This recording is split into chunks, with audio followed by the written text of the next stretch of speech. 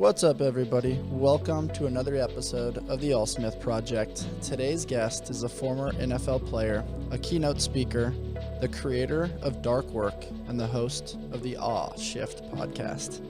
Today, I'd like to welcome his second appearance on the show, Anthony Trucks. What's up, man? Hey, nothing much, man. How you doing? Good? Dude, I'm pumped to rap with you, Good. but before we jump into any and all cool things about you, I do need to give a quick shout out to your wife. Yesterday was her birthday, and I saw you put up a really cool message to her saying, "I'm not who I am without my wife." So kudos to her and happy birthday to her, man. Yeah, man. I appreciate that. I'll pass it on to her for sure. It's funny. She doesn't like all the accolades and the hoopla around her. She's super chill, which it's not a bad thing. I enjoy it. But like for her 40th, she's like, nothing. We're not doing anything. It's going to be a day. Like, all right, cool. And so that's what it was. She just wanted to have her family around and we chilled. But yeah, for sure. There's an anchor to my life that's tied to her. Obviously, it allows me to have the freedom to do what I do, but also like a home base to feel like I'm, I'll call it appreciated and loved in a space, which is big to be able to go to the world and do what I do.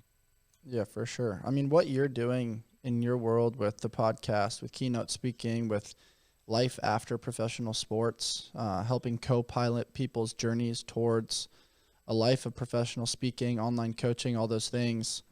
It's not like a linear 9 to 5. It has chaos, it has travel, and you described it perfectly as she's the anchor. And so it's very cool to know that for every high-performing, forward-facing individual, there's people behind the scenes that are helping make sure some of the life stuff is taken care of. Yeah, always, man. We're humans. I think sometimes people look at you look at individuals who are out there like leading and talking and coaching and speaking like they're just in this, complete flow and everything's every day just special. They're on planes and they're in podcasts and they wake up and then, there's like somebody folding their toilet paper and they got golden pants. It's like, nah, man, like I get up, I got to clean up dog poop, the kids don't do it. I got to get yelled at for doing the dishes, I change the laundry, there's different things. But I also believe that that's a big piece as to why I can come to the world and talk to it, because I'm actually not so far removed. I don't understand the strife and the struggle of people's day to day. Yeah, but totally. yeah, man, it gives me a good anchor, a good piece to have like all that normalcy here, so that when I do go to the world, I'm coming to it genuine and I guess you could say like authentic to it or experience that they're having. I just function at a higher tick than most. Yeah, for sure. That's one of my favorite things about you, Anthony, is that I always come at it with all these notes thinking that I'm going to be able to pre-plan where our conversations are going to go. And we were kind of playing ping pong earlier this week on like, hey, what are some of the things you want to chat about? One of the things that you said was life. And it's so fascinating because that's my favorite thing to talk about. And you just hit the nail on the head, which is we're all humans first. I grew up in the inner city of LA where I was the only white kid most places that I went. Only white kid on my basketball team, slightly misunderstood, judged, preconceived notions, labeled, put in a box, all the things. You experienced the exact opposite in your career. Yeah. But first and foremost, man, I saw it last night. I actually threw it up on my story. DeMar DeRozan from the Bulls was chopping it up with Dwayne Wade, and he was saying exactly that. Dude, when we're in the locker room, we're talking about real shit. Everybody thinks we're some superhero once that jersey goes on and we're dropping buckets out on the floor, but we are human beings first. We have relationship issues, financial issues, injuries, past traumas, potential future traumas. And that's where I'd love to start our conversation today, is just this whole concept of being more human and helping the world understand that for some of the high performers out there. Yeah, it's a double-edged sword, man, because you want what comes with that, right? So people go, I want to be rich and famous, and like, but you don't realize like we are still human. And on top of that, like our dirty laundry is, it's usually on display. Something goes wrong, there's news and there's conversations, and about it. I don't know about if you and your wife got into a fight last week because nobody paid attention to it, and it's not a knock. It's just a reality of like, there's a different level of life. But the other part of it is, here's the thing is I look at individuals that people look up to and I go, okay, they're just human. That's the first piece of it. And there's always this language point of individuals, like they feel like they can poke and prod and pull apart these people because they're famous. And so much so that anytime someone does anything that's, like below their standard of what this person's, you're a role model, right? They get attacked and like, it's like, dude, hold on a second. Like what is the issue? and people expect them to be perfect. But here's the crazy thing: is there's two parts of it. One, they can't be, because they have to operate different from you, or they wouldn't have different from you. But also, there's always that language which is interesting, and people go, "Well, you should never meet your heroes because they'll let you down." And I go, where did this come from? And I was always like trying to figure out this thought about this, because you also, like, again, we're people, right? And I go, well, how do we let you down? Like, we're operating a tick. And then I started realizing that people like to feel special, like all the time. Now more than ever, everybody's got to feel special. Nobody should ever feel bad, you know? And so I started looking, how do they make you feel bad? And what it is when you come around famous people or people that are successful, you know them because of the work that they put in to become successful at something. And there's a certain humanity to how they tick, the certain way that they have a regimen and a schedule and a structure, how they talk, how they address things, how they work, how they don't make excuses. And so what happens is there's a certain feel that they know, that they have a cadence to. And then when something comes and messes that up or throws a ripple into it, they notice it. So what a lot of people aren't realizing is your heroes aren't letting you down. They're just not making you feel special because you're not to them. Now, I'm not saying you're not a person to be respected, not a person that can be loved. But when you come around them, what happens is they're used to, like, we think like this, we talk like this. I don't let bad stuff in. I don't complain. I don't gossip. There's no negativity. I got to be the best in the world at something. Then you come in and go, yeah, I didn't get up today. I didn't feel like it. Yeah, I couldn't help myself. I'd eat 17 cinnamon rolls. And they're like, but what's wrong with you? So they don't see you as special. It's not relatable to the high performer at all. Right. And so you in their vicinity, it's noticed that you're less than them in terms of how you think and function. And they're not going to make you feel special. So they may say something that you just, like, it seems sideways, but it's a truth and you don't want to hear it. And so what happens is people both put them on a pedestal because they're enamored, right? But they don't understand what it took to get there. But you respect them here because of what they did. Yet when they point out that you're not doing it, you feel bad. So you start tearing them down a little bit sometimes. So it's kind of it's a double-edged sword. That's a really good point. I never thought of it from that perspective before. The other thing that I think is very unique around being careful with getting to know your heroes is you meet them and maybe you realize they're not as far up on the pedestal as you once thought they were. Right? And I heard you talk about it before, which is the world thinks they had this awe-defining moment or this event that allowed them to be there, this rags to riches overnight. But you've said it before, like, it's ridiculously small things sequentially added up over the course of time that led to the big thing. And that's not always sexy to the eye. It's not always this amazing highlight reel. It's not at all. It's really, you don't go big, you got to go small in a really big way. That's what all of them do. You hear Kobe Bryant stories that people finally know about. I say finally know about because at the time you weren't privy to it. It was after the fact. But he gets up at 4 and he's got a workout in before you start your first. You can't catch up to him, right? And so what happens is, yes, you don't understand. It's what makes them who they are was their ability to do the thing that you wouldn't do, which was get up every day and go and function. And on top of that, when you want what somebody has but hasn't earned, like, why should I feel okay with you having it? In fact, I'm gonna advocate in the opposite. So when you want all this, but you didn't do what I did to get this, hell no. Like, you don't get to come hop up here and get this. Like, ain't how it works. And so people point that out to a lot of individuals who they want their microwave success. They don't want to spend the time preparing and cooking and baking. Right? They want it now. And you could blame it on society and technology and like this the brain's getting conformed to get a quick dopamine dump and no one wants to do the long, hard work. But the reality is that doesn't change. If you want to be good at basketball, you still have to go and shoot and dribble and work. You have to. I don't care how bad you want it. If you don't want it outside of the game day and the day-to-day, you don't get it in the game day. And that's okay. Like my kids, they play sports. There's been days where we go out to games and they drop footballs, they mess up in the game, they don't get the best, time on the track, and they sink down, they feel bad. And I go, why do you feel bad? I didn't do that great. And I go, what did you do outside of here that makes you believe you deserve to do great today? Genuine. Like, I'm not gonna lie to you. Like, you didn't prepare, you didn't practice. I know you didn't do your catches. I know you were shortcutting workouts. I know.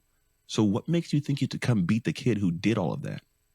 It ain't fair. Life don't work like that. So don't feel bad. It's your fault.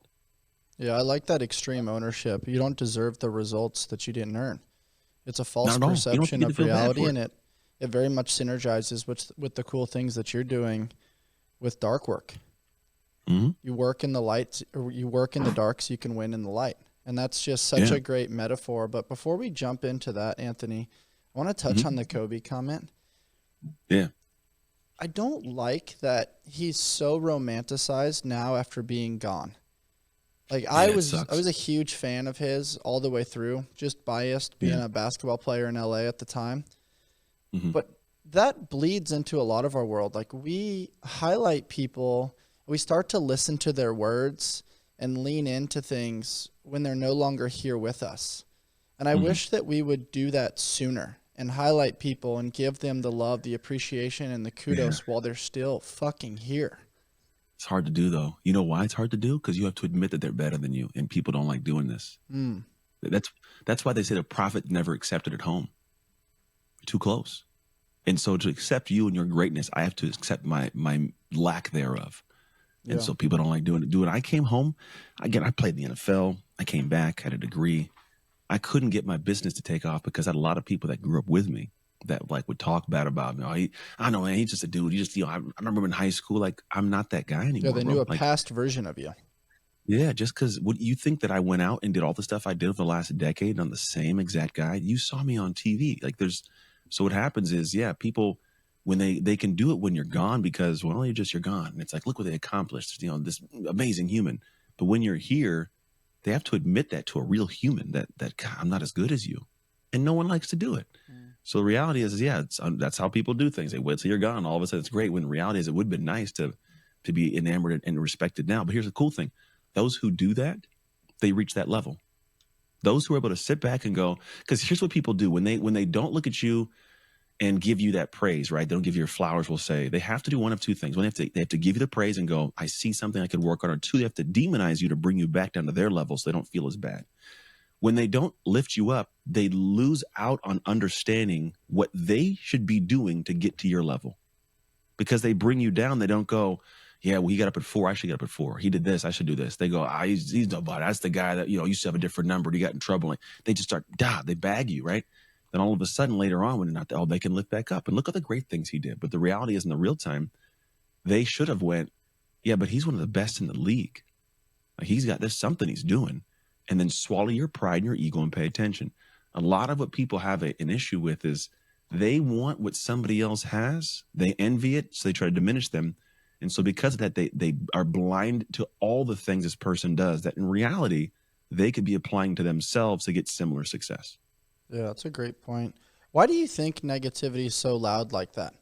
Like, in my opinion, if you're painting a picture, you need to paint the Yeah, whole picture, the good, the bad, everything in between. all of it. And then Yep. also take into consideration the timing of like, this is Yeah. where we are now. That's where we were then.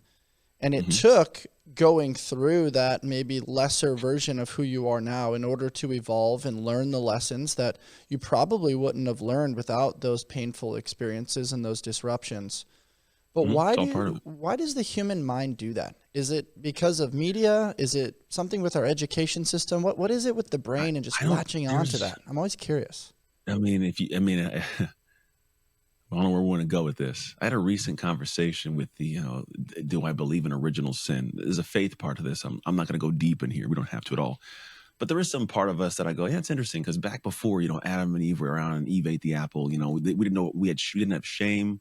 We didn't know there was craziness and badness. But then we know we're naked now. I say that to go.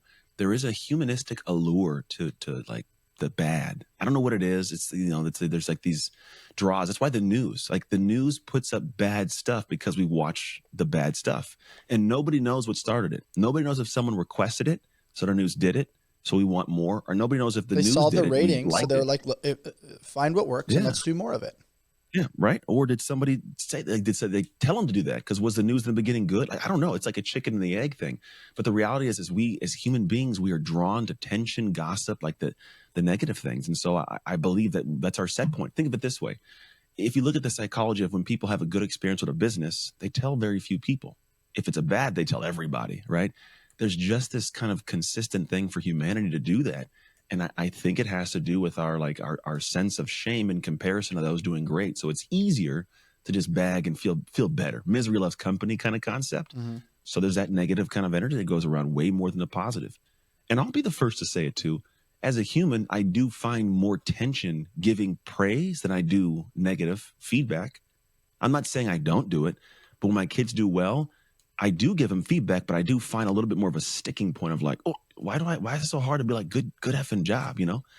And I'm not saying that I don't. I'm just saying it is harder. So for humans, we're also not trained to do that. Even we bounce around and banter with our buddies. We're just talking crap all day. Oh, look at you, stupid. You stink, bro. Hey, we get, it's just playful, but it's so conditioned to be in that way that becomes our set point societally. Yeah. I think It's also a unique dichotomy.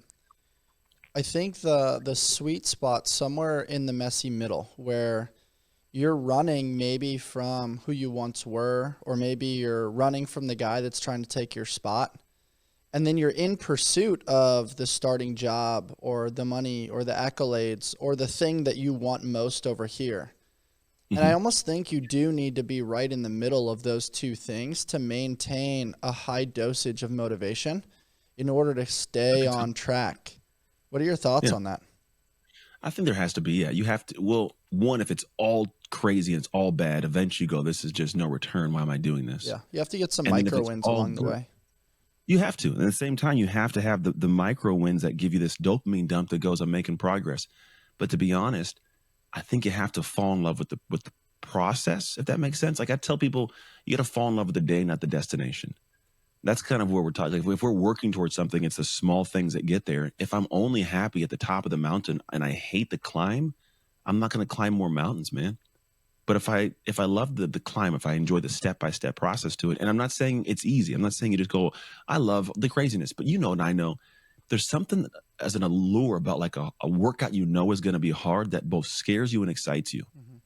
Like you look at it and go, it's going to, but then part of you goes like, like the little guy's going, let's do this though, right? Because you get done with it and it's like, yeah, like you feel powerful. And that's the draw for me. It's not the point of it, it's what comes in the backside, but I can feel that every day if I do a hard thing, not just when I've accomplished the thing. And I think some people are just waiting to get to the thing to feel great, and then they never get the dopamine dumps in the daily process. So it all just kind of sucks. But to have the adequate motivation, there's got to be those small wins along the way. And I think those small wins should come from doing very hard things. Yeah, I like the idea of just breaking something really big and challenging down into smaller little bits. And those smaller little bits end up encompassing our life. And sometimes it gets a little bit lost in the art of this thought ideation, which is, I'll be happy when. I'll be happy when I reach the success or when I make the team or when I get the starting job or when I get to the top of the mountain. I think that's a really dangerous way to think. What are some of the things that come to mind there? I know you've spoken on that concept a little bit, but just that idea of I'll be happy when. Yeah, well, I was the same way. I'll be happy when I have this house or this car. And then what you're hoping is around the corner, it'll break. Just one more month. Just 2 more months. And every month you're let down because you don't get there in that much time. You know, it's when you think when, it's like you're waiting for it to get there and you're hoping it's around the corner and it doesn't show up like that. And so what happens is the actions it takes to get to the destination of the when, they eventually stop. You fall short. People that go like, oh, I've tried every diet. I've tried all the things. No, you've tried it, but it got hard and you stopped because you were waiting for the when. But when you're a person that goes, you know what? I know that the end destination will be great. It's going to be, phenomenal, but I'm going to see how I can enjoy this day. Like, how can I celebrate myself for, getting the 20-minute workout? How can I celebrate myself for not eating 70 candy bars today? How can I celebrate myself for simply making a positive gesture to a stranger? Like these little things that seem so insignificant, but they snowball in amazing ways. When you start looking at that, the crazy part is now the stuff that has to get done that somebody else stopped at because it was too hard, or that you're only thinking of the win, they eventually get overwhelmed with the lack of success in their mind. And now what happens, you start doing those things and you just keep doing the actions. And lo and behold, you have the success that they were wishing for. And then what they do, they got to diminish you and take it in. Oh, you didn't do this. Like that's how the whole cycle is, because it's not just you doing something and me feeling bad. You're a massive mirror to what I didn't do. And I got to admit that I didn't do it. And most won't do this. So it's just like a weird, vicious cycle. But yeah, you got to start falling in love with the day to day, because the work that I'm talking to, I call it dark work. We're really trying, in fact, to find the difficult thing to do purely sometimes for it being difficult. Like it should move you somewhere. But I want you to feel what happens on the backside of succeeding at a difficult single task. Because I can't give people self-esteem. I can't give you confidence. Every bit of it's earned. Yeah. But when you've done the hard thing, you earn it. When you know you avoided the hard thing, you do the complete opposite of it. You feel that. You know you don't respect yourself because you didn't do that thing. And here's a cool part about this, and not so cool. Whenever you think about people you love, you have people you love, right? We love them because we have respect. When I respect, I have love. If I have love, I sacrifice at levels beyond logic. It'll go outside of what makes sense because I have respect that leads to love. Whenever I say I'm going to do something or start a process or a path and I fall short, I lose respect for myself. Yep. So I don't love myself as much. I don't sacrifice for myself as much. And it all just rolls downhill. The pivotal point is just, did you do that thing today? Did you get it done and go, I respect myself. I love myself. I'll push for myself when I need to. That's beautiful, man. I actually have it written on my whiteboard in my garage, and all it says is, do what you say you're going to do, for that exact reason. Because to me, confidence is a track record that I can look in my rearview mirror and look over my shoulder. It's like, wow, I've consistently done the thing day in and day out to then earn my level of respect. And I really appreciate the way you're saying that. Respect leads to love. The love leads to sacrifice. That's good stuff, man. And that sacrifice leads to success, man. That's what it is. It's, will you sacrifice your comfort zone? Will you sacrifice the friendships that don't serve? Will you sacrifice the things that they don't want to lose, but you know they need to go, but you won't do it? You won't do the hard thing if you don't think you should be doing the hard thing for you, or if you don't feel worthy of doing the hard thing. Yeah, for sure. The Trident family taught me something really important this last year, that we are all a bundle of stories, both good, bad, and everything in between. All of their cold brews remind their customers that they are part of something bigger than themselves. I start my day with the Sweet Cream Cold Brew as I am prepping my mind and body for fitness, service, coaching, and podcasting. With various locations in San Diego, they offer over 14 nitro cold brews and a variety of specialty drinks. You can find the perfect brew and pair it with one of their treats from the Keto Bakery. You can check them out over at tridentcoffee.com and use code ALLSMITH to take your coffee experience to the next level. Something that comes to mind next, man, is the changing of the game in the pursuit of success. And what I mean by that is, I've heard a lot of really high-performing individuals say, hey, it took 10 years to become an overnight success. That's part of the dark work that nobody sees when you're putting out podcast after podcast and you're getting 5 views, 6 views. Nobody's really seeing it, but you're still honing the craft. And then before you know it, you have that day or that moment or that guest. And I think in the brain, the gamification switches from the intensity to simply just outlasting, where it's infinite rules now of like, can I keep showing up? Can I keep doing the thing? And going back to your analogy with the diet, so many people try a diet, but they just don't do it long enough. They don't do the business long enough. They don't stay as a walk-on long enough, or a red shirt long enough, for a sports analogy. They don't stay as a 14th guy on the bench long enough just to incrementally get that one moment. And I don't know, man, that concept of outlasting has really been something that I've seen a lot in the world. And I think you're a great example of this, just continually showing up time and time again. And it just unlocks new opportunities, new relationships, new skill sets for you to then shine a little bit more of your inner light on the world. Yeah. Well, part of it is interesting is, like, I think most people are trying to function off a source of willpower, like to outlast, to endure. And it is, there's moments and times I have to like outlast somebody else, but it's usually in the short term. If you have to use that language for a 6-month period, it's hard. It drains you. So what I started looking at was, well, how do I get someone to do something for a period of time? And in fact, not drain them, but like bolster them, fuel them back up, right? And this is where my work and identity comes into play. Because when it becomes part of your identity, it becomes effortless effort. It doesn't drain you as much anymore. And in fact, where it was hard to do it, it becomes hard not to do this thing. Like if every day, you're a person that, God, I absolutely hate getting up and having to, walk the dog. But you got to get up and walk the dog. You do it. After a while, you look forward to walking the dog. You feel off if you didn't walk the dog. Now, whatever this walking the dog task is, that's the one that has to be done consistently to get what you're talking to, the guests, the growth for a podcast, or the promotion for, your company, or whatever it is, a relationship or a health goal. But a lot of people are trying to find a way to just outlast and endure. And I go, no, find a way to love this, to lean into it, to find the nooks and crannies and something that makes you happy within it. Because here's the other part of the coin. I have never watched a championship game in any sport. I've never seen somebody, in some business that, finally goes public. I've never had them I never looked at them and had them have this face of just pure surprise. Like I had no idea I was going to win this, the Super Bowl. How did this happen? No, it's like this. I expected this. There's an expectation to it because the effort and time that was put in. It's not this, you don't come out of left field and go, we won the World Series. That's crazy. No, do you know what we did for this? It's always that. It's because that's the endurance and a level of time, but it's not built into this. They weren't every day like, oh, we got practice today. It's like, we got practice. Hey, Nick, I'm going to hit off you today. Let's go. You find this joy in the thing that everybody else has drudgery around. So you do more of it. And because you do more of it with a better energy, you get the outcome, the skill, but you also get the sense of identity around it. So now it's not the same emotional willpower to do that thing. And you get the outcome later on. So for a lot of us, it's like when you work at a depth to where it becomes identity to do it, it's not that emotionally draining. On top of this, when you succeed, it's not a surprise. It never should be.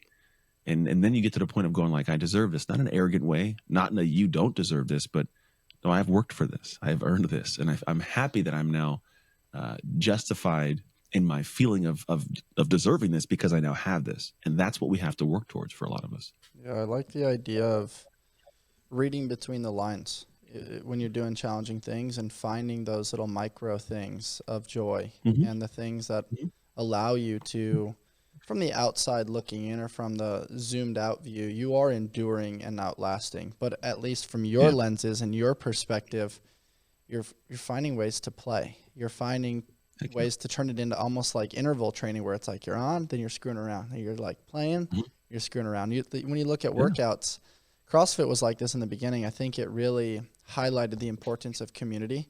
But let's just say the workout of the day was like a 5x5 back squat.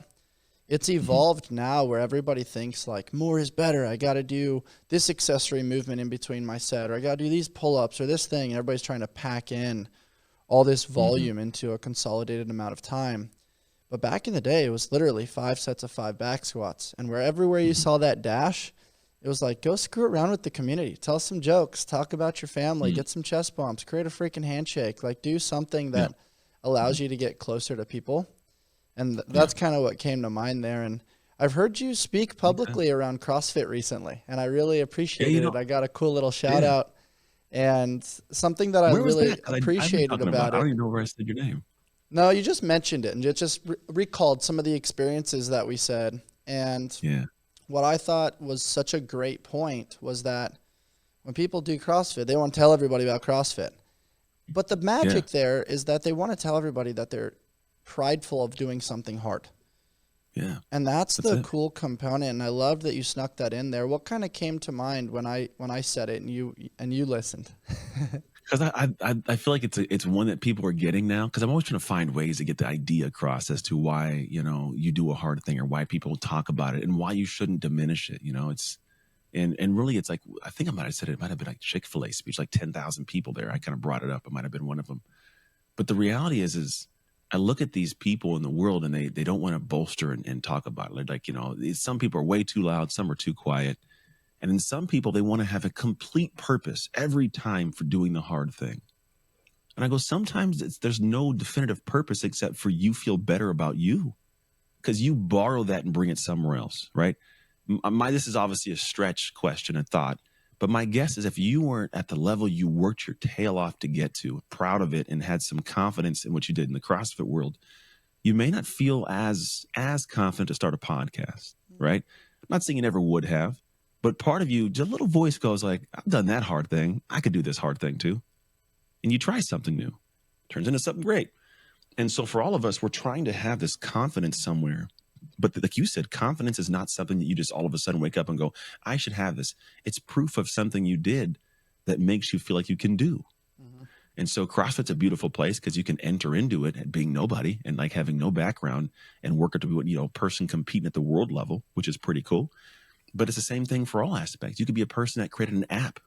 Think about how many, and I live in the San Francisco Bay Area, you know, different, like for some reason they all happen to be intact and they're like Indians, right? So there's a lot of these little dudes that run around, and you could tell they probably grew up like the nerds. They probably didn't have a lot of girls, have confidence, but these dudes got these chips on their shoulders, walking around, hey, loud and boisterous.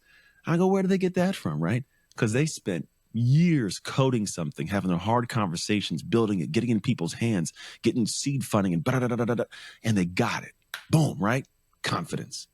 So it may not happen physically, but it'll happen if you do a hard thing. And so people are avoiding the hard thing because it's hard, but it's the key, man. It's the key to the skill set. It's the key to the connection. It's the key to the most critical piece, which is you're having the confidence in any way to take another step. Mm-hmm. Like you may not know what all the steps are, and I don't, because there's an inevitability. There's going to be something that goes wrong down the pathway, but I bring me to that problem. And if I got confidence, I'm ready to rock. I like that. And it takes courage to start in the pursuit of confidence. And then on the other side of confidence, courage is the ability to start something without the guarantee of success.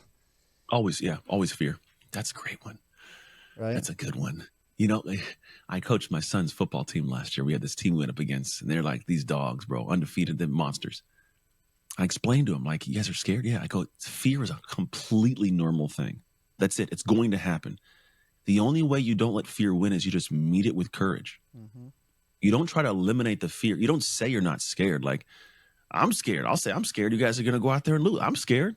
But my only response has to be, if I want to win, courage, which means I don't 100% know what's going to happen, but I know I'm going to give everything I have to try to succeed. And you did that. Like, separate from the emotion you feel, you can take the action, because all of us can do that. We can all take an action opposite of the emotion. For example, when we were kids growing up, we didn't have Tinder and Bumble and I don't know, these stupid things out there in the world, right? I had to walk up to a girl, like, hey, how you doing? Can I get your phone number? And then I had to call, hope your dad didn't pick the phone up, right? Pure fear around that. But you have to have this courage to step into an unknown, and you just see what happens. Give your absolute best at this thing.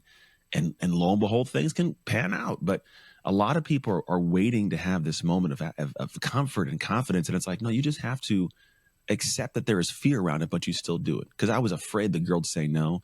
I was afraid the dad would pick up, right? But I still would do it with all my energy.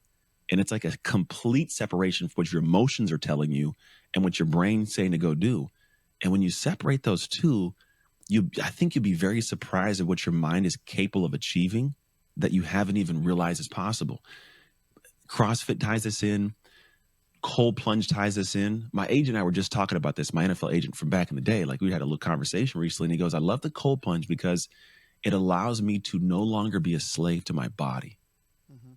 I go, what do you mean by this? I really didn't get it at first. And he goes, well, in the beginning, when I get in the cold plunge, my body would tell me it's too cold, get out. The mind would go, I agree, I'll follow suit, body. Now, that's a temperate thing. Your body also has fight or flight. It has fear, has these different chemicals that kick out of your brain, and your body goes, no, get away. And the mind goes, you're right, body, let's just follow this emotion. And the mind does. But he said, cold plunge makes me have to get to this point where I go, no, body, we're going to do it anyways. And we hop in. The more I do it, I can separate the two. So he goes, now what happens is when my mind wants to do it, I don't listen to the fear, apprehension, whatever it is of the body. I just go do it. And lo and behold, things happen amazingly. CrossFit's the same way because it's hard workouts. I would show up. I did CrossFit for a little bit. I would go to the gym and look at the board and I go, golly, you want me to do what?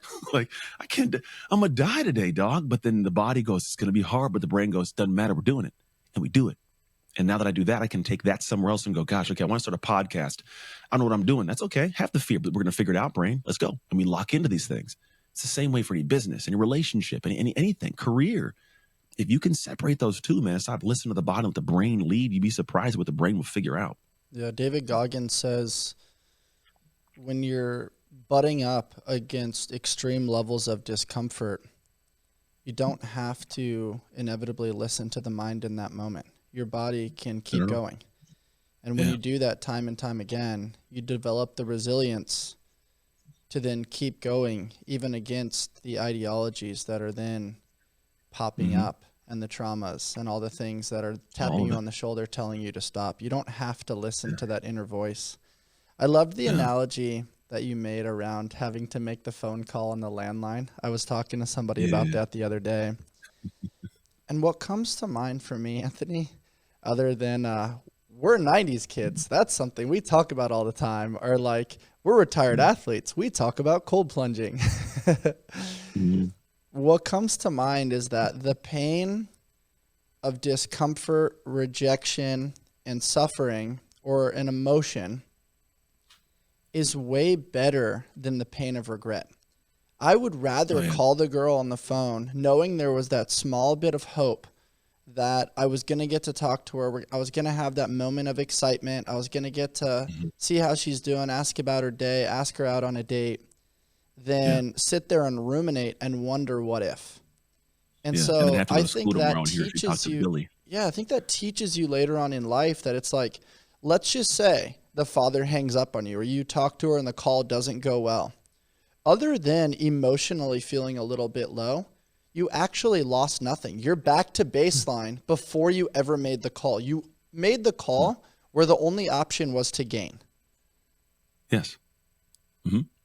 I think But not that's making the call is something more that loss. if people hear that, like I think of it when asking people if they want to be on the podcast, if I want to coach people, if I want to connect with people, asking for help, if they all say no, you lost nothing. It's like door-to-door sales and thousands of people slam the door on your face. You only Yeah. need that one time. Hmm. Yeah. And it bolsters you up differently. But that's the thing is I think people are, and it's like a maybe broader psychological thought, but I think we are being conditioned to never have to feel bad. Yeah. It's a really scary thing. Whether it's the kids, like you should never feel bad. No one should ever make you feel bad. No, they should. Like, and this is going to sound bad. And obviously, I know there are extremes to this that end in people taking their lives, and that's not what I'm talking about here. But there is a level where I understood conceptually when I was a kid, like I used to get a little bit bullied. Like there was a benefit to it. And you go, well, bullying, that's a heavy word. And I go, well, is it really bullying or is it what we're calling bullying? Because when I used to go to school, I didn't take a shower for like a month. People would say, oh, you stink, right? You could call it bullying, but they were telling the truth. I stunk, right? Or, your clothes are dirty. Like, okay, they were dirty. Right? It's not bullying, but there was a part of it that I would get feedback that would allow me to then get the ability to go in and go, should I change this? Will it make me better to change this? It would hurt my It feelings, right? forces you to ask But yourself the hard questions. it does. But when you don't have someone doing that, when you aren't open to feeling bad ever, now you don't improve. You just get stuck in your way, and then you exit whatever pocket of space you're in and go to the real world where nobody cares how you feel, and you get just obliterated. Yeah. You develop that sense of entitlement where everybody's supposed to highlight you, hold your hand, give you the answer, hand you Yeah, checks. And yeah, I think I hate you it. summarized that very well. It's a really great point. But I want to jump in.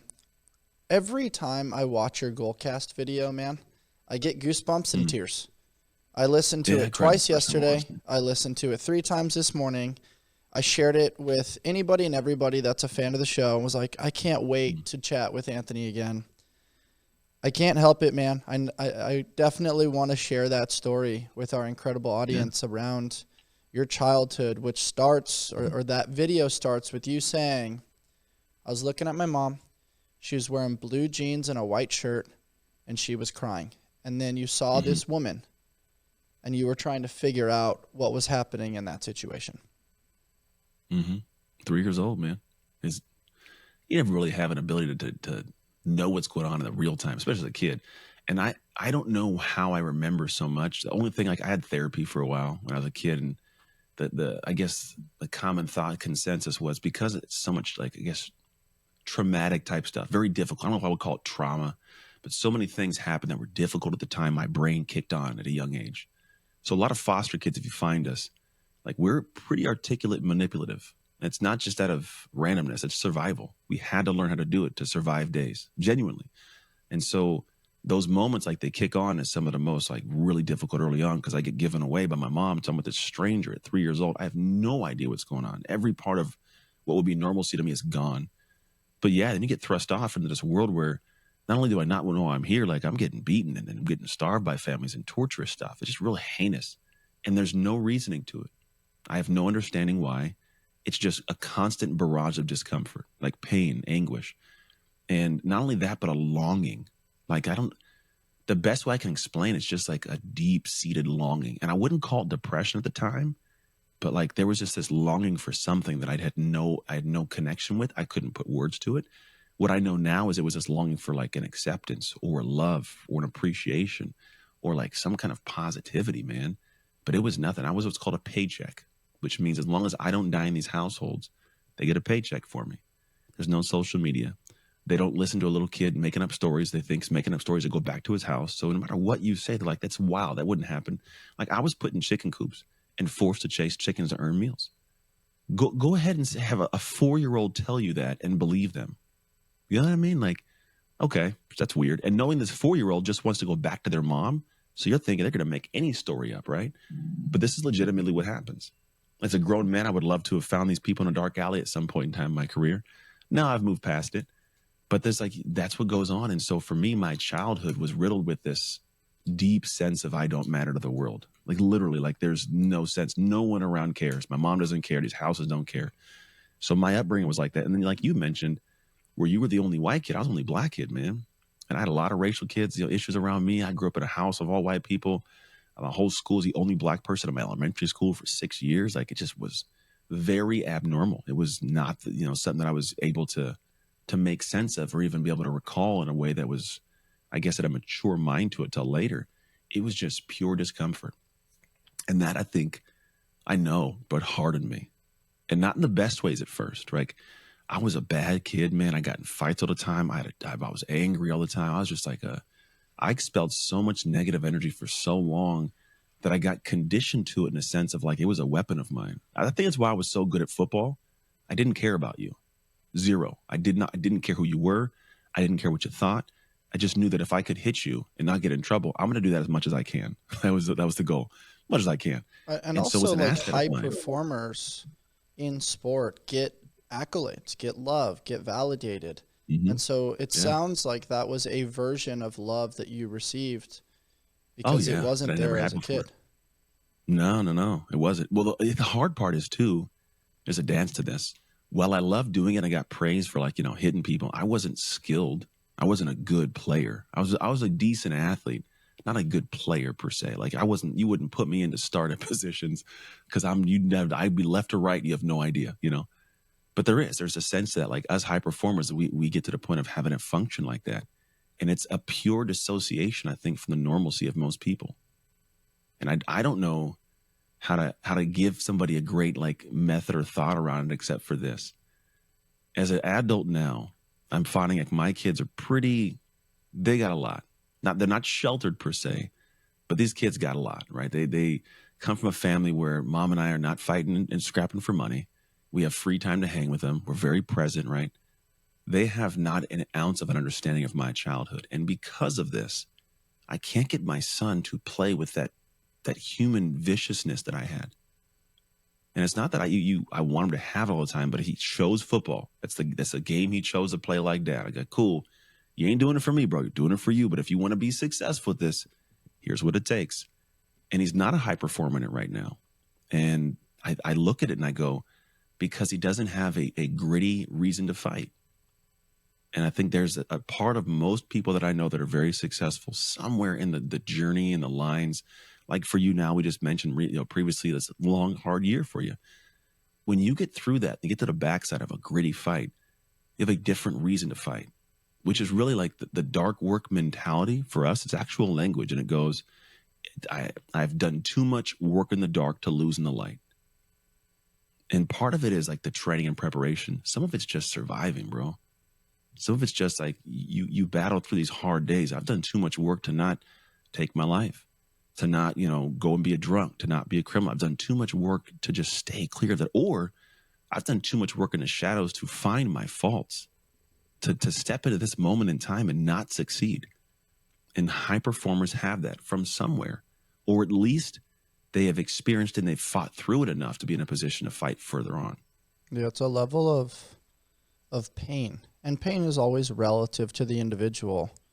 Yeah. But I just remember there was a moment, and I grew up a little bit more spiritual than religious, but definitely have my hands in religious ideation and very much admire it. And I'm a huge fan of Inky Johnson. And I heard him say one time, there's a difference between quoting scripture and actually living it. Yeah. And I think there comes a moment in time where what you're doing isn't working for whatever reason, or maybe it's life circumstance, or it's situational, or it's the people that you're around, or in your case, the foster care system at that time, where you're just submerged in a level of pain where it feels like everything is out of your control. And you've mentioned a couple of times, I have it written down here, our lives are riddled with hardship, and the best way to make them worthwhile is to commit to finding solutions to make us better for ourselves and those around us. And you echoed that later on by saying, God gave you a gift that it took you 30 plus years to unwrap and understand. And that gift was pain. And it helped you develop the grit. It helped you develop how you are now as a husband, how you are as a father, how you are as a friend, how you are as an athlete still, right before this podcast, getting after it in the gym and holding yourself to a level of standard, knowing that if you stay ready, you don't have to get ready. Truth. When I say some of those things, man, and you think back to your relationship to the word pain, what comes to mind? Oh, man, it's the same thing everybody else does. Like, we don't like it. We think it's the worst thing for us, and we all try to avoid pain. We take painkillers. There's a new movement nowadays, and I don't know if you've done this. I hope you have not. But people taking like painkillers or like, going under anesthesia to get tattoos. And it's interesting to me because I go but the pain is the part of it that gives you the pride. Oh yeah. There's something to that, but also there's a beauty in it. There's a beauty in having a relationship with it. That's the biggest thing, because success, beauty, it's all a matter of some kind of pain and hardship. They're just some part of it. So when I hear it at first, I go, yeah, no one likes pain. Pain sucks and it hurts. But we all have to realize that the journey to a level of success, it's going down a journey that includes pain. And if you avoid all the pain, you avoid all the pride, you avoid all the promise, that you don't get the backside of it. Those who avoid it are the ones that end up having hardships in life because life doesn't get any easier. But there's an amazing gift in it because it teaches us about us. Oh, bro, here's a good one. This is a real life example of how the pain is tied to things you don't even pay attention to.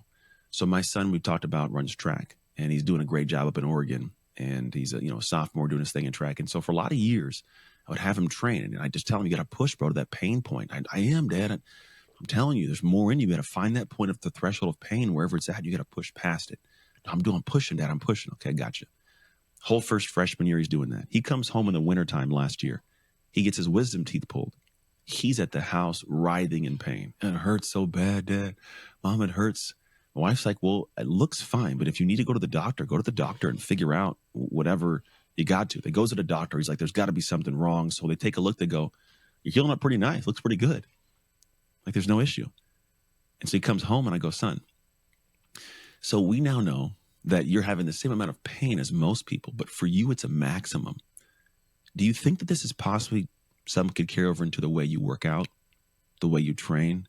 When you hit your max and you go, I can't anymore, coach. I'm tired. It hurts too bad.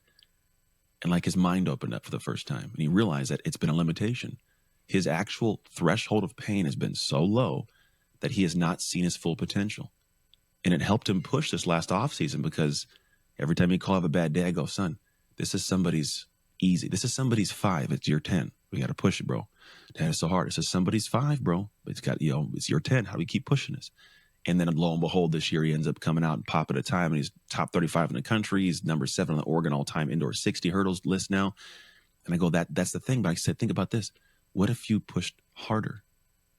Like, the pain is a gift, my son. The pain is a humongous light saying, here's the direction to move in. And if you want what's beyond what you have, the pain is a pathway. Move fast and break shit.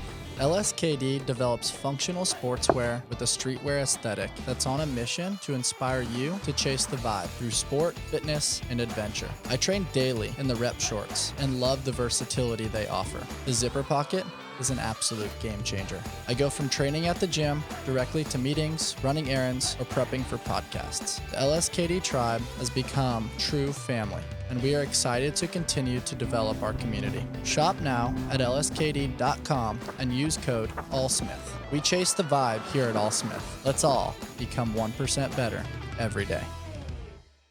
It's beautiful. The pain is a pathway, and it also just aligns with the concept of you don't know what you don't know. You have to experience it, and you also have to feel it, man. We're in a world now. You talked about pain meds. We know all about the use of Toradol in the NFL, which is so dangerous. Everybody doesn't want to feel anymore. They want to distract themselves. They want the consistency with dopamine. I was able to connect with the author of The Comfort Crisis, Michael Easter. And we talked about this addiction to comfort. And I mean, even the unwillingness to go outside in the morning when it's a little cold. Yeah. Just exposure to elements and temperature, like the simplicities of primal living. It's just a very unique concept, and I think that's one of your greatest gifts is not only being truthful, but it's not like you were argumentative or aggressive with your son. You were just painting a picture for him. You gave him one of the greatest gifts, which is perspective shifting, to then allow him to fill the space in a larger mind. That's it. Yeah, sometimes my job is to plant the seed and let him grow to something else.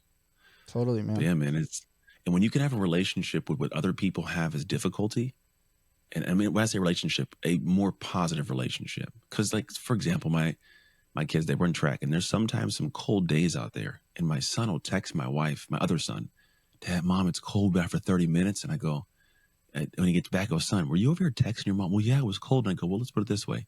Was it just the same temperature for the guy next to you? Yeah. I go, well, let's look at it this way. If you're the person who, you know, everyone else is experiencing it, and you go to the point of going, I'm going to step above. I'm going to go harder because I know all of them are having a bad day with. Do you think you have an edge? Yeah. What's the difference? Nothing. Just how you think.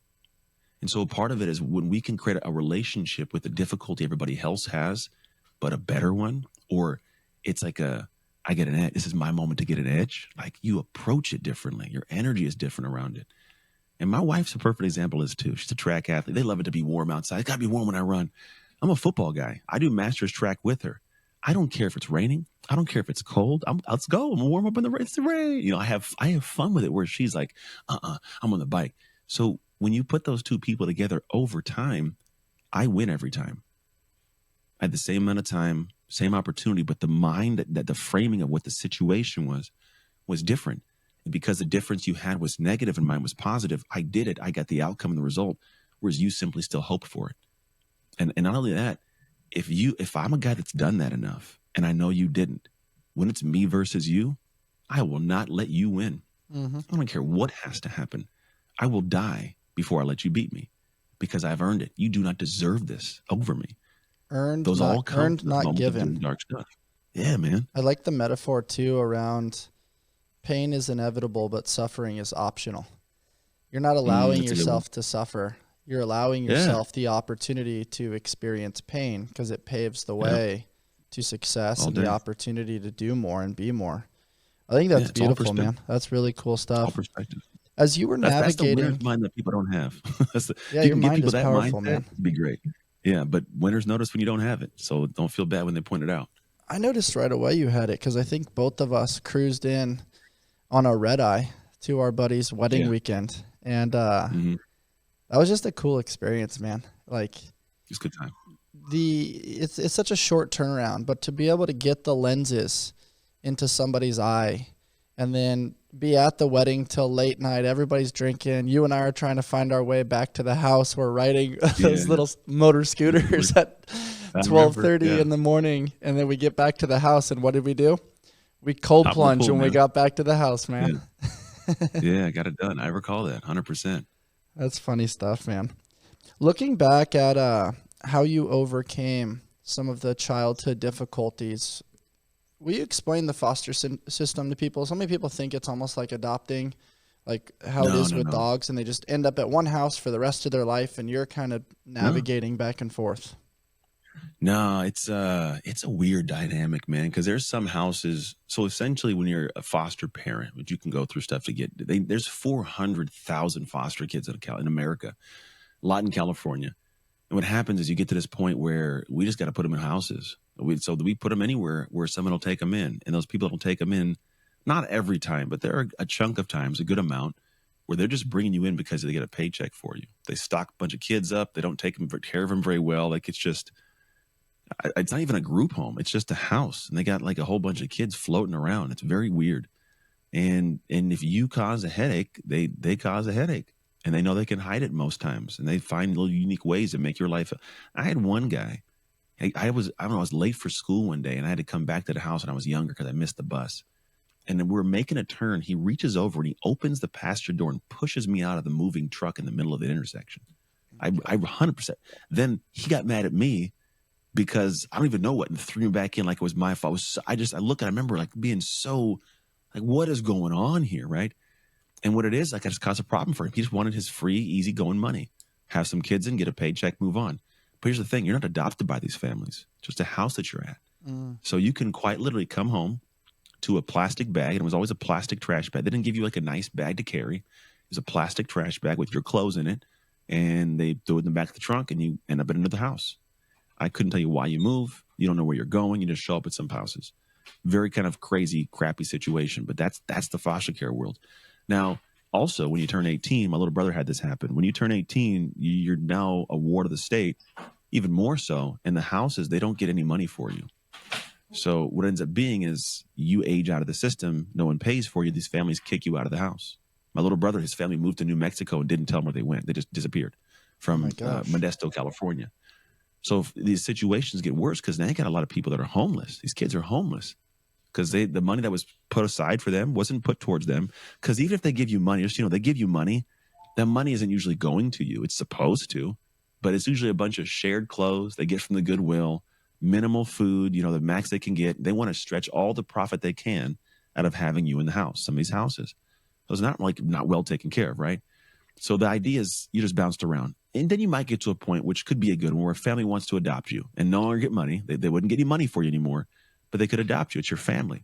Here's the other part of it. You have a system where they give the parents these parental rights that make it incredibly hard for you to get adopted. So like they want you to have a home, but they want the parents to have such control because they're your mom or dad. But it's like, if they were out to help me, they would be here. I'd be with them.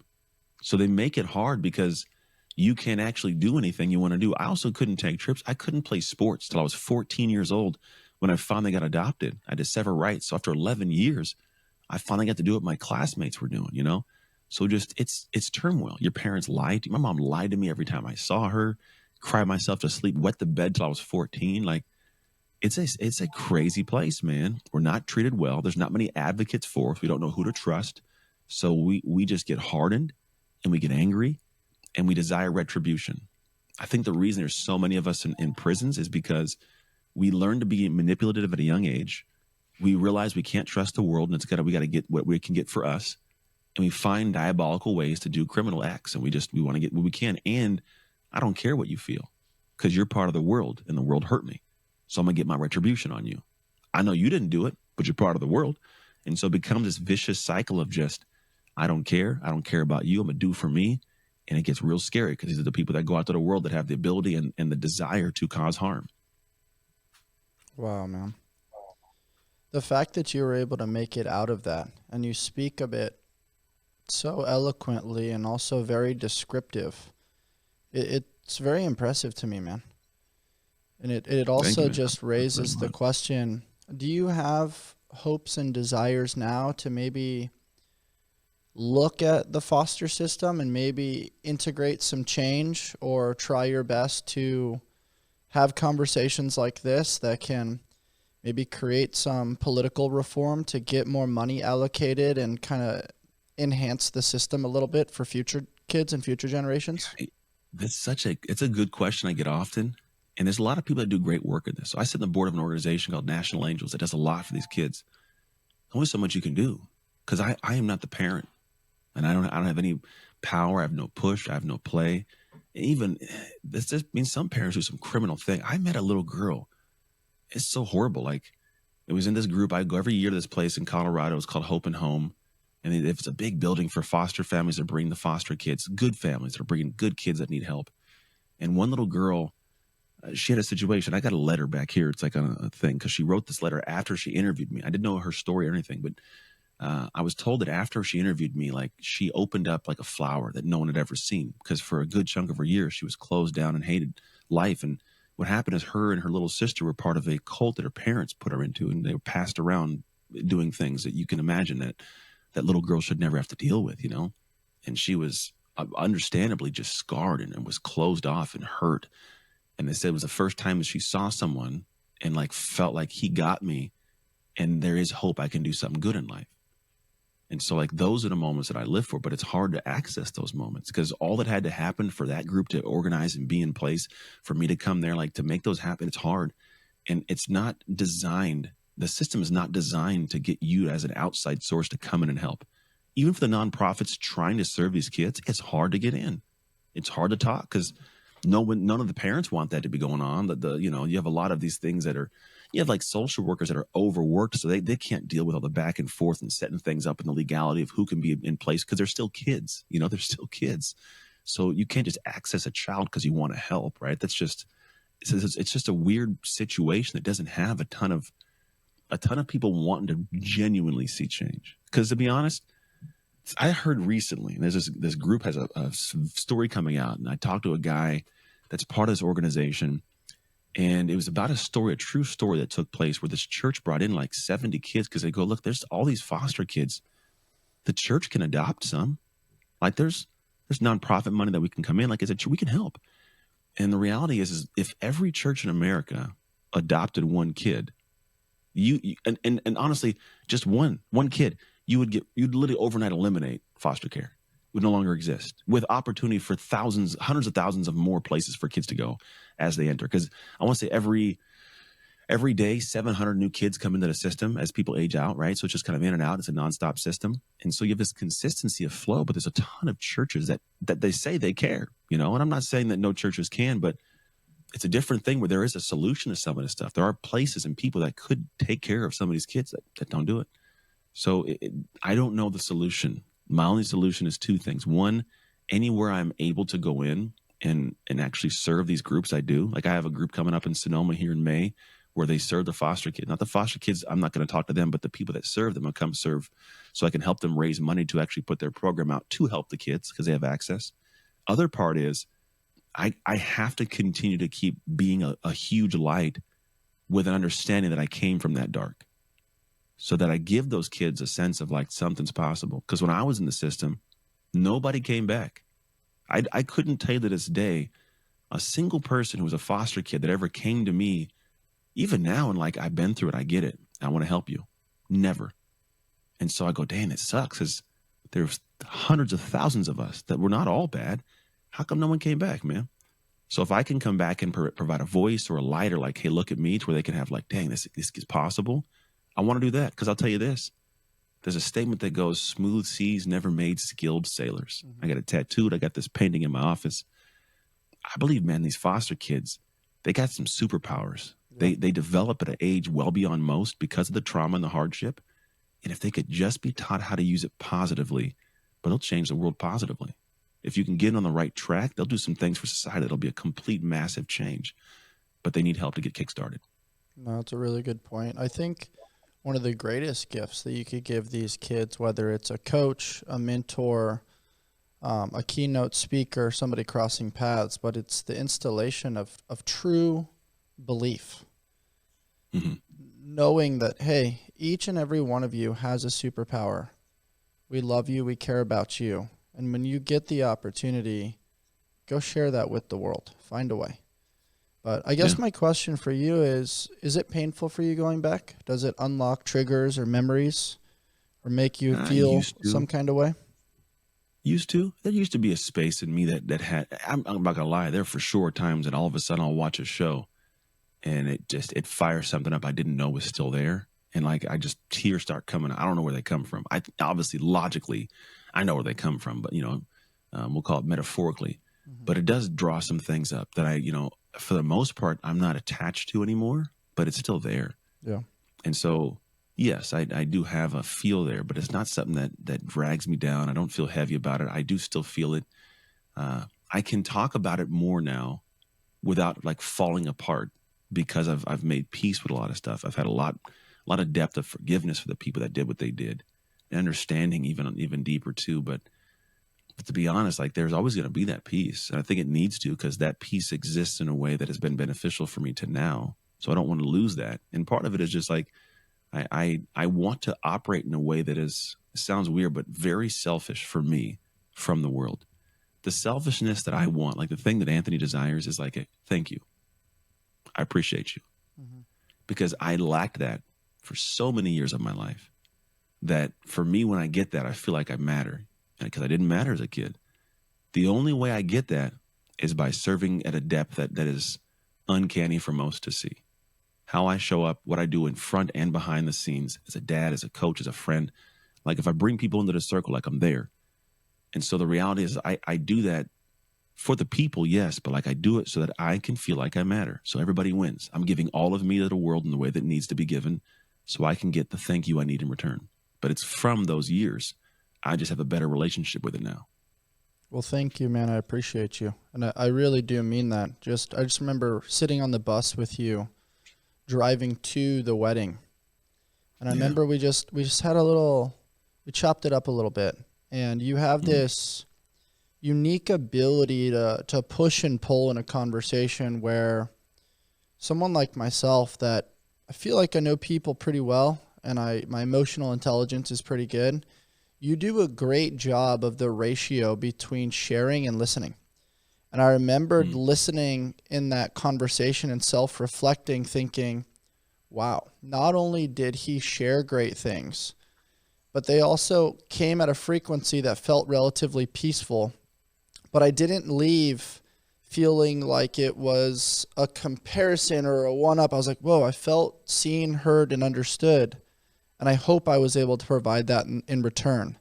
And it just tells me that you've done the dark work. You observe the world. You operate at a frequency that is unique because you've put in the reps. And I call it APR. A is developing the awareness. You clearly have done that. P is the practice. Hey, I'm going to practice this thing. And then R is just repetition. Where now in your brain, it's become unconscious competence. This is just now part of your identity. And I know you've kind of allowed the term mindset. You use the word identity. And I kind of want to discuss that a little bit, because that's something I've thought about a lot, because I use the term mindset. But I love that through practice and repetition, it becomes who you are. What is something you did as a child that you no longer do as an adult? For many, that answer is play. RX Smart Gear allows for your daily workouts to turn into play and exploration. In my training, the Frevo rope gives me access to a versatile rope that I can take with me wherever I go. On the road, at the beach, to the park, or playing at home, RX Smart Gear jump ropes fit my needs. We at Allsmith trust RX Smart Gear. Their gear is always reliable and gives me peace of mind that I will have top-notch equipment to support my health and fitness journey. Hop on over to RX Smart Gear and use the discount code ALLSMITH to shop their latest cutting-edge gear. Have your gear work with you and not against you. Yeah, it's identity. And I think when people look at you, the best description that we know of is like, oh, it's a good mindset. But I don't know if in operating time in real time, I would call that my mindset. I go, it's just how I am. Like, so I think the way that we function every day is we have these unseen draws and triggers, actions, patterns, habits that run us. And those things that run us, they create the outcomes of life, which develops our life. But a lot of it's just like a trigger that we just run and we just go down a pathway. And it's pretty much what I call our identity. It's who we are when we aren't thinking about who we are. If something happens and your identity is to fly off the handle, well, then people will stop telling you things. You don't fly off the handle. They'll avoid you. Like, just you won't put yourself in situations to experience that because of the possibility of flying off the handle. So that's part of your identity, right? What you do. That's just going to be a thing that exists until you pay attention to it and adjust it, right? But the idea is that's great in your life. Now, say we were able to step back and go, well, how in the world does that happen? And I just kind of pay attention to who I am, the awareness you talk about. I can start to understand what's going on. And I wouldn't call that like my mindset. It's a sense of just how I function. It's that people will just accept me as I am. I go, no, that's not okay. Because I don't accept you as a 2-year-old if you haven't grown up from that. Mm-hmm. You're 50. Stop acting like a 2-year-old, right? I don't accept that. And I shouldn't accept it, nor should you. But the mindset part of it is a thing where it exists within your identity. It 100% is how you function. But I think it's sometimes less of a description I say about myself and more of how somebody describes me and how they see me operating.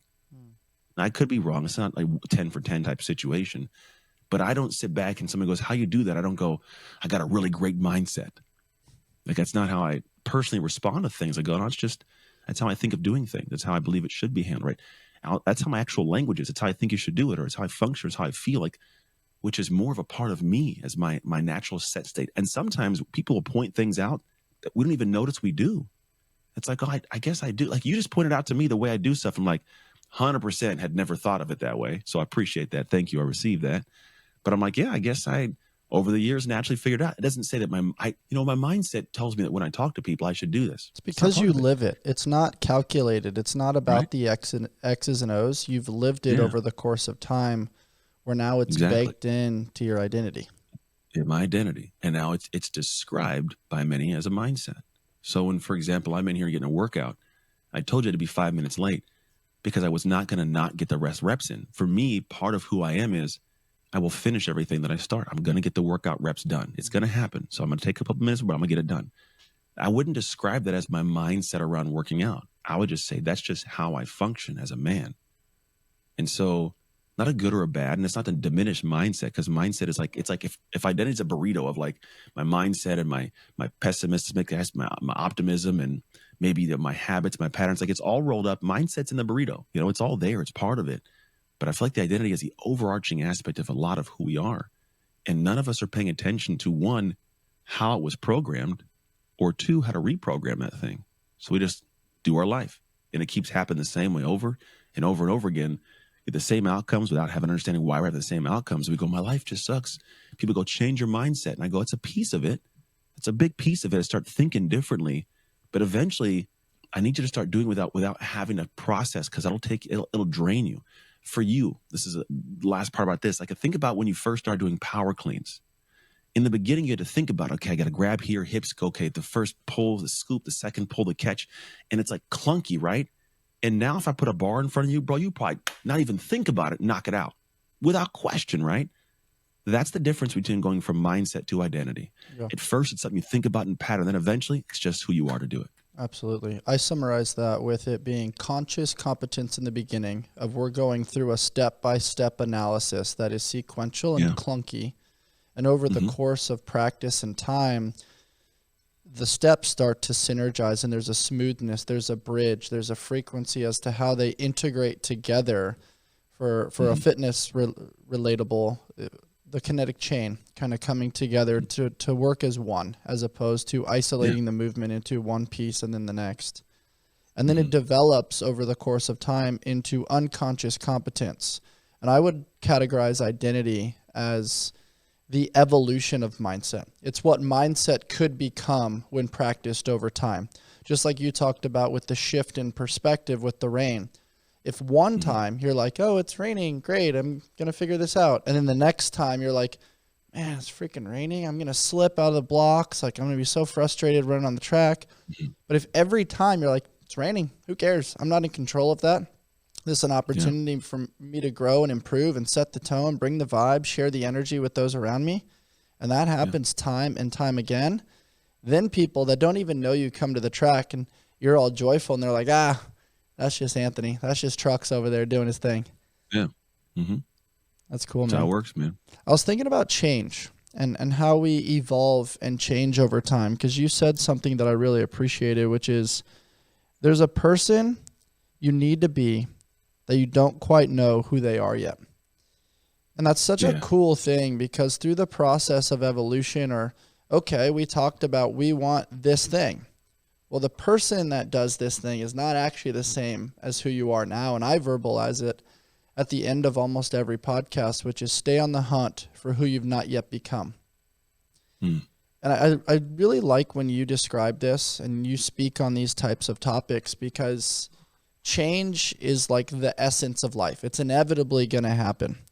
But Yeah. if we're willing to surrender what we are for who we want to become, that's where the magic happens. It is. It's the idea we talked to earlier of the sacrifice. Like I got to respect myself enough, love myself enough to then sacrifice to get the thing that I can build into. But the thing you're not talking about is also you're going to have to kill off the person you are. And that's the even scarier thing. Yeah. Because that person has a tribe, has habits, has patterns, has things they love to do. But that person has reached the extent of their success in life, and you desire more than this person can attain. And so while, yeah, you have to build that and create, you have to let go of something too. And that's a sacrifice a lot of people aren't willing to make, unfortunately. I want to be in great shape, but I want to keep eating my brownies every night. Like, good luck with that. Like, that's, they're going to have a incongruent aspect of what you want. You'll have a disconnect between your success. But yeah, you absolutely have to. Like, that's a definitive necessity for the next stage. But I think there's a gift in being able to build yourself, because now, if we think about it, if we're talking about identity still, you were programmed by teachers and leaders and preachers and coaches and all this kind of unaware. It just happened. Somebody told you something and you adopted that and you just started functioning like that. And we have these things inset. We run our lives from that. That's why people end up doing the same cycle as their parents for so long. I go, you have a gift here of an awareness point now that you can actually decode that and reprogram, like a computer. A computer has code and it runs the code that's in there, but you can actually update the computer. It's hard. You got to wait. You got to download information. You got to put it in and let it load. And then you got to figure out the new buttons and where this all at, right? It's hard. But once it gets going, it feels just as easy as when it was functioning previous to the update. Yeah. But you got to go to that hard window. And so a lot of us, there's a gift in realizing like, hey, I actually can reprogram. And if I can reprogram, I can attain and sustain different stuff, have a different life completely. But it will be partially like realizing I got to sacrifice the old me and then put the work into building the new one. No, that's very well said. I think of it this way, and I think I'm in the midst of this journey right now. You're uncommon amongst the uncommon. You're in pursuit of evolution. Your brain chemistry has changed. Your desires change, which also means your old life is kind of dying. With the old life comes comfort, tribe, people, like you said, connections.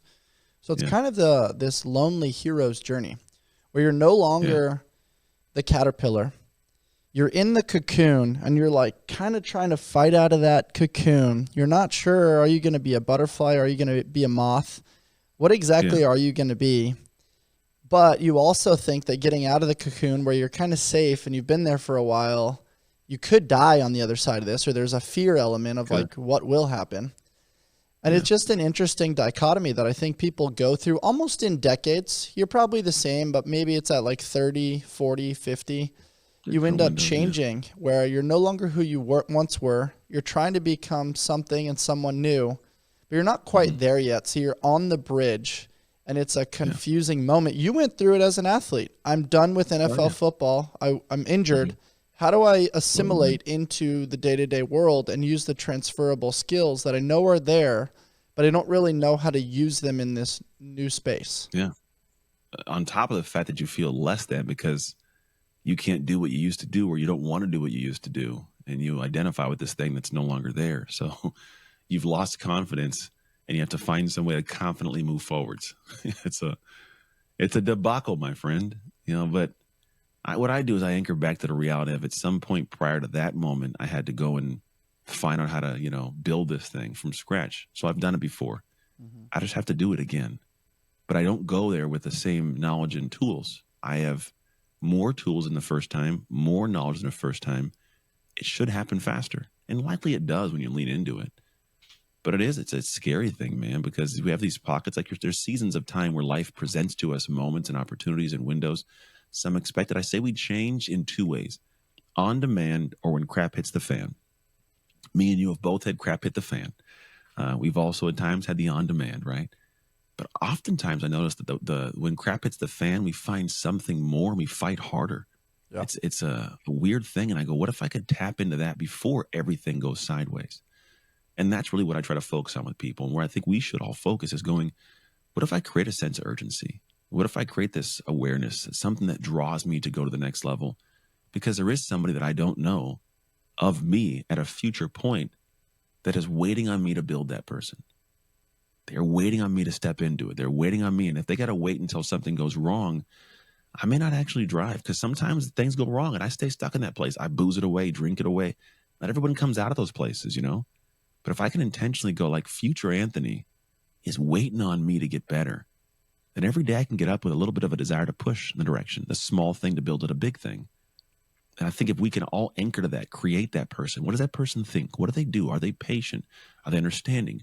What do they do when something crazy goes wrong? What do they do when a friend asks them something? What do they do when, they have this, need to serve people? Like, what does it look like to function as them and go, okay, great. When life approaches me now, what would that person actually do as a decision? And if you can't think of that person, think of an individual who in that area you respect and admire. Ask yourself what they would do with this immediate situation. It'll present you an answer, and it won't be fun. It'll feel uncomfortable, but you'll know what you should do to get in the direction of that person 5 years from now, 10 years from now. And if you can live your day-to-day like that, eventually you arrive as that person earlier than you thought you would. You go back to the awareness component, and you're observing and data capturing, and then from there you get into the realm of practice. That's really cool, man.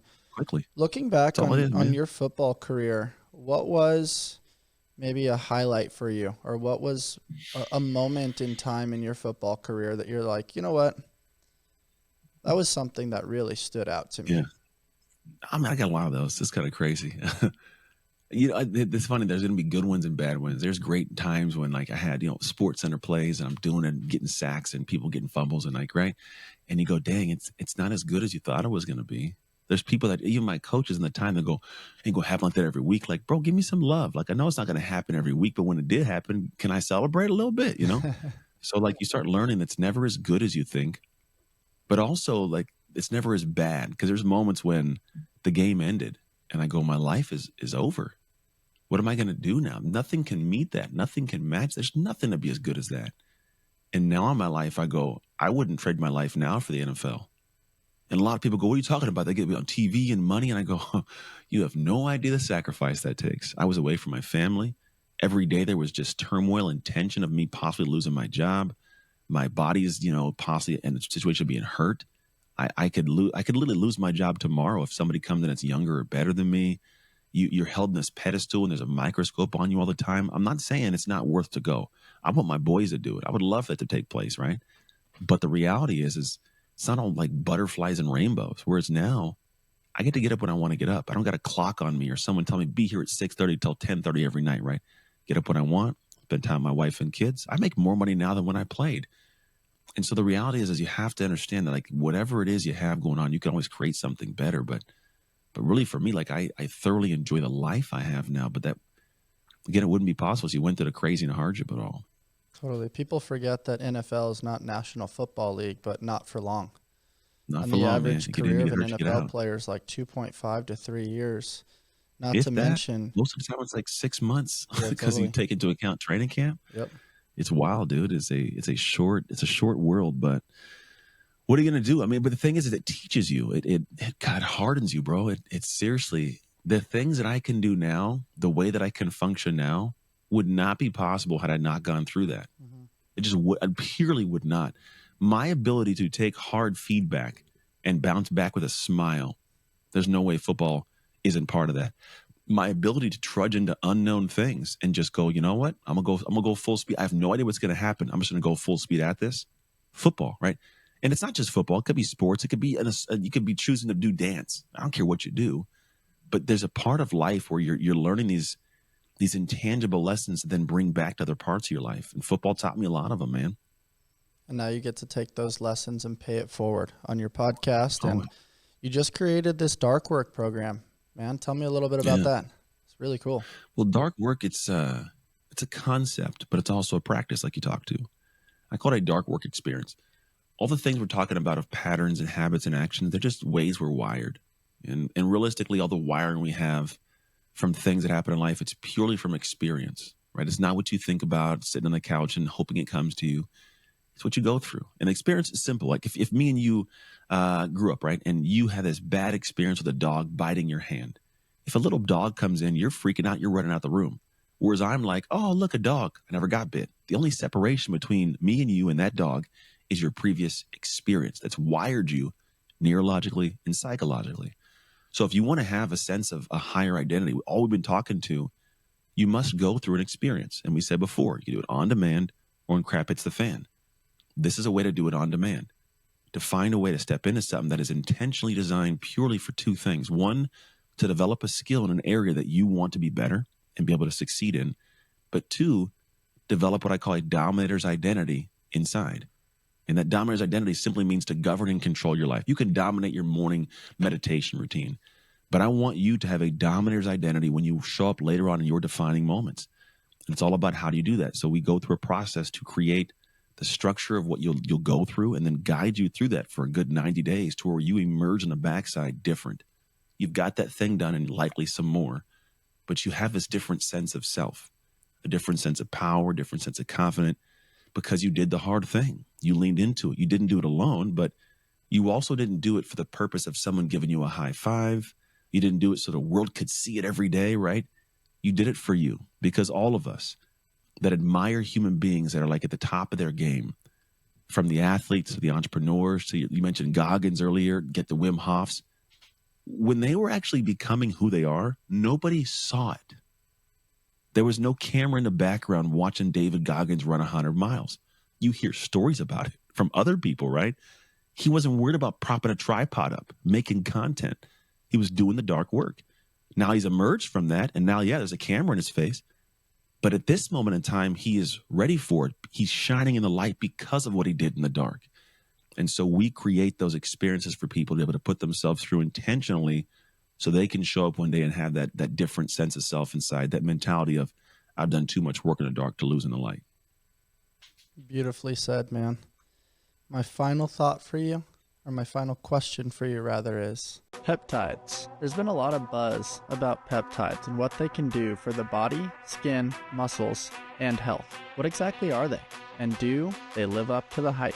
Your body makes peptides. They are strings of amino acids, which are the building blocks of proteins. Peptide therapy involves using prescription-based peptides to help treat and manage a variety of health conditions to maximize performance. There are over 7,000 known functions of peptides in the body, and adequate levels in the body are imperative for performing at optimal levels. Discover a transformative journey to optimal well-being with Live Peptides. Live Peptides offer a natural and effective approach to health support. Embrace the difference. Choose Live for a path to vitality that prioritizes quality, innovation, and your unique wellness goals. Head over to livenatural.com and use code ALLSMITH for 20% off peptides. That's LIVVNATURAL.com with discount code ALLSMITH for 20% off peptides. What's the greatest advice you've ever received? Oh, man, greatest advice. I got a lot of advice over the years. That happens, all right, when you get to certain levels. Mm-hmm.